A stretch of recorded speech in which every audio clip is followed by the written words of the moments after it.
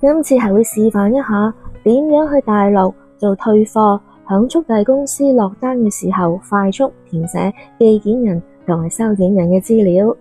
蓮塘口岸商場有3家速遞嘅公司，順豐、京東速遞同埋一間快遞服務公司。咁今次呢，我就會去快遞服務公司下單示範。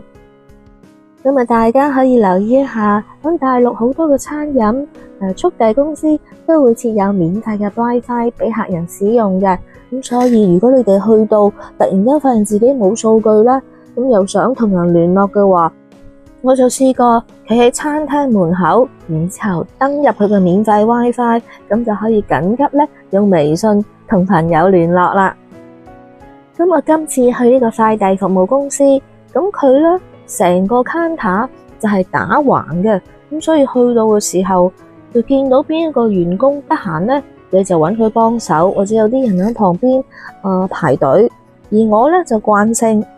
見到人多嘅時候，就靜靜雞用隻手塞入去佢台面嘅下單二維碼掃一掃，咁然之後咧快手快腳咁將嗰啲落單人嘅地址電話啊、收件人嘅地址電話寫咗一拍下單，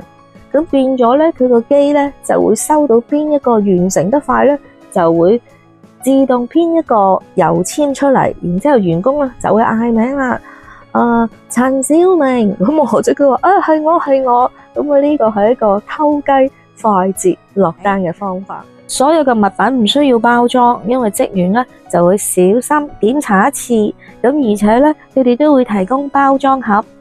咁你哋可以影低嗰啲標籤或者個包裝，方便通知翻淘寶嘅店主。即係如果你係做退貨，咁桌面上咧全部都係自助落單，自助俾錢。